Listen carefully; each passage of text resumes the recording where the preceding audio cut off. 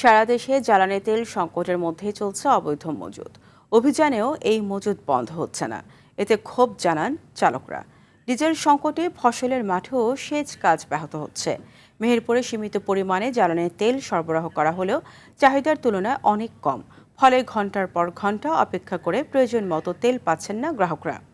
পাবনার ঈশ্বরদীতে 11টি ফিলিং স্টেশনের বেশিরভাগেই তেল নেই। দীর্ঘ লাইনে দাঁড়িয়েও তেল পাচ্ছে না নেত্রকোনার চালকরা।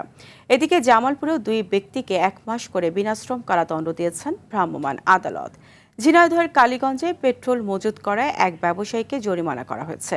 ভোলায় ট্রলারে পাচারকালে 4000 লিটার জ্বালানি তেল সহ একজনকে আটক করেছে কোস্টগার্ড। তো আমরা আর কতদিন সহ্য করবো যে ব্যবসা বাণিজ্য বাদ? প্রায় 2.5 ঘন্টা দাঁড়িয়ে থেকে এখান থেকে চলে গেছি, তেল নেওয়া হয়নি। মেয়েদের আলাদা একটা লাইন থাকা দরকার, কারণ যখনই আমরা নিতে আসতেছি তখন সব পুরুষেরা সিন ক্রিয়েট করতেছে। এনজিওতে কাজ করি ভাই, কিন্তু আসি এই যে দীর্ঘ লাইনে দাঁড়ায় থাকতে হয়। দর্শক, জ্বালানি তেলের আরও খবর জানাতে কুড়িগ্রাম থেকে সরাসরি যুক্ত হচ্ছেন সহকর্মী আব্দুল কুদ্দুস চঞ্চল। জ্বালানি তেলের কোনো সংকট রয়েছে কিনা, এছাড়া পাম্প থেকে কখন তেল দেওয়া হয় এ নিয়ে যানবাহন মালিকরা কি বলছেন জানাবেন। হারিয়ে আপনাকে জানিয়ে রাখছি যে সারা দেশে নয়, কুড়িগ্রামে কিন্তু তেল সংকট চলছে। আমরা পাম্পগুলোতে দেখেছি যে 2 দিন পর পর এক একটি পাম্পে তেল দেওয়া হয়, সেটা কিন্তু প্রয়োজনের তুলনায় অত্যন্ত নগণ্য। আমি এখন রয়েছি ভুরুঙ্গামারির একটি পাম্পে, সাহা ফিলিং স্টেশন। এই ফিলিং স্টেশনে যদি আপনাকে একটু দেখাই, যে দেখতে পাবেন যে অসংখ্য লোক কিন্তু এখন পর্যন্ত লাইনে দাঁড়িয়ে রয়েছে। এখানকার লোকজনদের সাথে আমি কথা বলেছিলাম, তারা কিন্তু গতকাল রাত 12টার থেকে এই লাইন দেওয়া শুরু করেছে এবং সকাল 9টার থেকে এখানে কিন্তু তেল দেওয়া শুরু হয়েছে।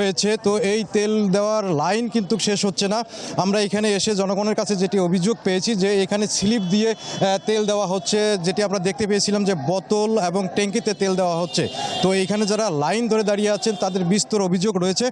তারা বলছেন যে তারা ঘন্টার পর ঘন্টা এখানে অপেক্ষা করে খেয়ে না খেয়ে তেল নেওয়ার জন্য এখানে আসেন, কিন্তু তারা কিন্তু সময় মতো তেলও পান না এবং এই ট্যাঙ্কিতে তেল দেওয়ার কারণে কিন্তু অনেককে কিন্তু তেল না পেয়ে ফিরে যেতে হয়।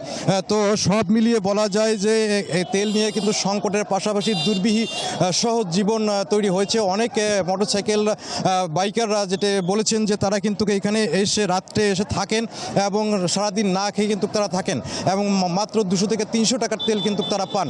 তো এই যে কম তেল, এই কম তেলের জন্য কিন্তু তারা যে আসতে যেতে কিন্তু তাদের এই তেলটাকে শেষ হয়ে যায়। মূলত অনেকে 20 কিলোমিটার 30 কিলোমিটার দূর থেকে কিন্তু এখানে তেল নেওয়ার জন্য আসেন। তারা কিন্তু প্রায় 1 লিটার তেল কিন্তু খরচ করে আসেন, আবার 1 লিটার তেল খরচ করে যান, কিন্তু তারা তেল পাচ্ছেন মাত্র 300 টাকার।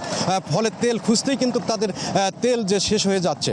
তো সব মিলিয়ে এই সংকটটা কিন্তু এখনো চলমান রয়েছে। তো ফারিয়া, এই ছিল আমার কাছে কুড়িগ্রামের সর্বশেষ খবরাখবর।